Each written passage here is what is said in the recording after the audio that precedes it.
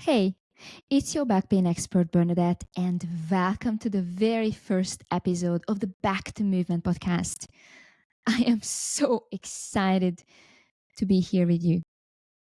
This podcast has been on my mind for such a long time, and the day is finally here.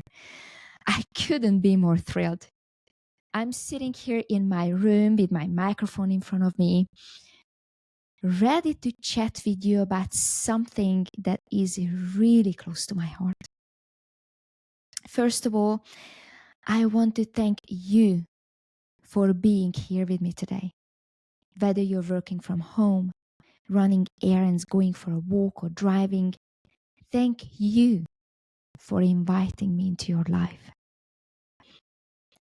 My mission with the Back to Movement podcast is simple: to help you create a life free of back pain with the freedom of movement. Because back pain isn't just a medical condition. It's something that affects every aspect of your life. I know that too well because it's something that my family has been struggling with for years. So when I was 14, my mom, who was always very active, full of life, unable to get out of bed because of back pain for days. It was heartbreaking to see that. My mom, who loved being outside in the garden, working out and playing with us, was suddenly bedridden. It all started after she and my dad faced financial difficulties, which led to stress and eventually her back pain. She tried many things: doctors, physiotherapists, medications, but nothing seemed to work for her. Eventually, she had a surgery called a hemilaminectomy, which is like creating extra space, extra room for nerves in the spine. But even that didn't bring relief we had hoped for. I remember preparing for my test and missing her presence and support at home. It was very, very difficult to see her struggling like that. Years later, when her condition didn't improve, she underwent another surgery, an anterior lumbar interbody fusion. This surgery, they actually operated her through her abdominal. This time there were complications, a serious injury to a major vein called vena cava in her abdomen nearly cost her life. So while she was in surgery, I was thousands of miles away living in Sydney, Australia, dealing with my own back pain, unaware of the danger she was in. It was only days later that I found out about the life-saving procedure she underwent because they snapped her main vein in her abdomen.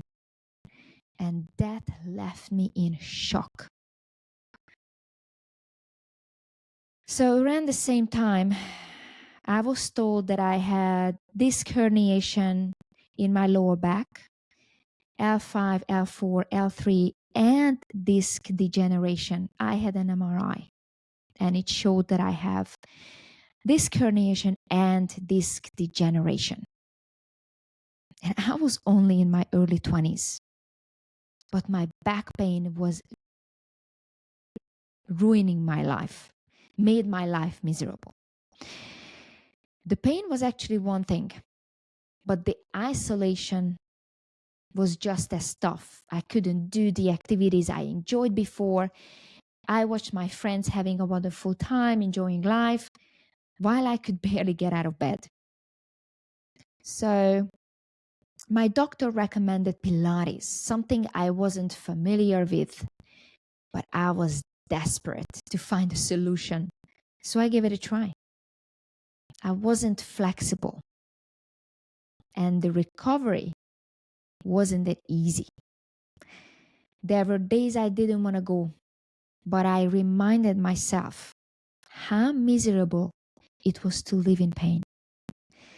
Pilates gave me back my strength and confidence.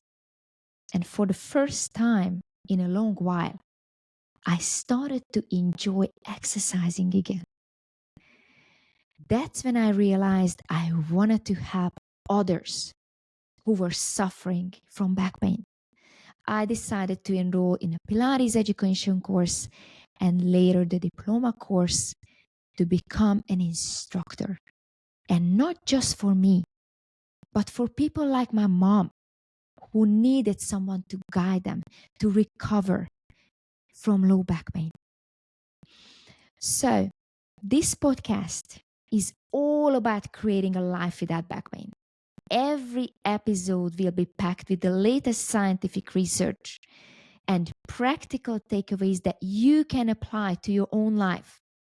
We are going to dive into research papers, bust some myths, and explore everything you need to know about back pain so you can start feeling better.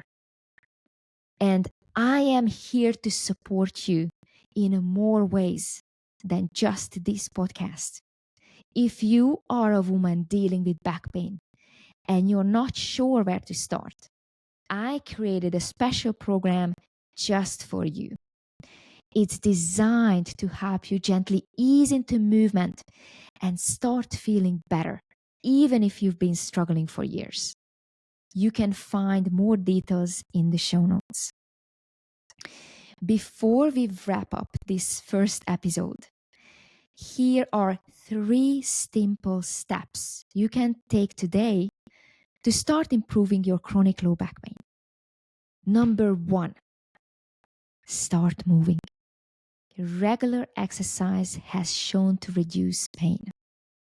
More than 100 studies have looked into various types of exercise, proving it's one of the best studied treatments for low back pain.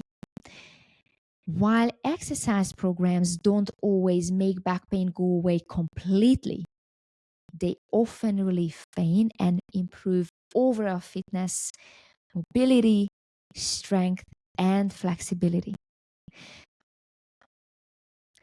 Type of exercise that have proven effective include Pilates, yoga, Tai Chi, strengthening programs, and even walking. I know it can be hard to stay active when you're in pain, but remember, movement is key. Any movement is better than no movement. Isolating yourself or giving up activities you enjoy will only make it harder to cope with the pain. Number 2, prioritize sleep. When you don't sleep well, your brain can amplify the pain. Think of it like turning up the volume on a pain dial. Getting good sleep is crucial to feeling better and managing pain. Sleep is a natural healer. It doesn't cost anything and there are no side effects. So make it a priority. And number 3, incorporate relaxation. Whether it's meditation, massage, reading a book, or anything else that calms you. Regular relaxation techniques help manage chronic pain. These work best alongside other treatments and benefits can build over time. Relaxation helps calm the nervous system, which can reduce pain signals. Thank you so much for joining me today. Remember, you don't have to live with back pain forever. With the right knowledge, support, and small consistent steps, you can start moving toward a pain-free life.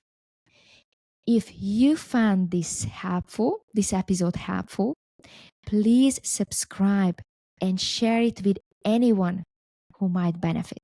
Together, we can change your life, one step at a time. Stay tuned for the next episode, where I'll be speaking with Professor Christopher Bono. He is the program director of the Harvard Combined Orthopedic Residency Program, also an executive vice chair of the Department of Orthopedic Surgery at Massachusetts General Hospital and a professor of orthopedic surgery at Harvard Medical School and editor-in-chief of the Spine Journal. And he'll be sharing valuable insights and practical tips that you won't want to miss. Thank you so much again, and see you next time.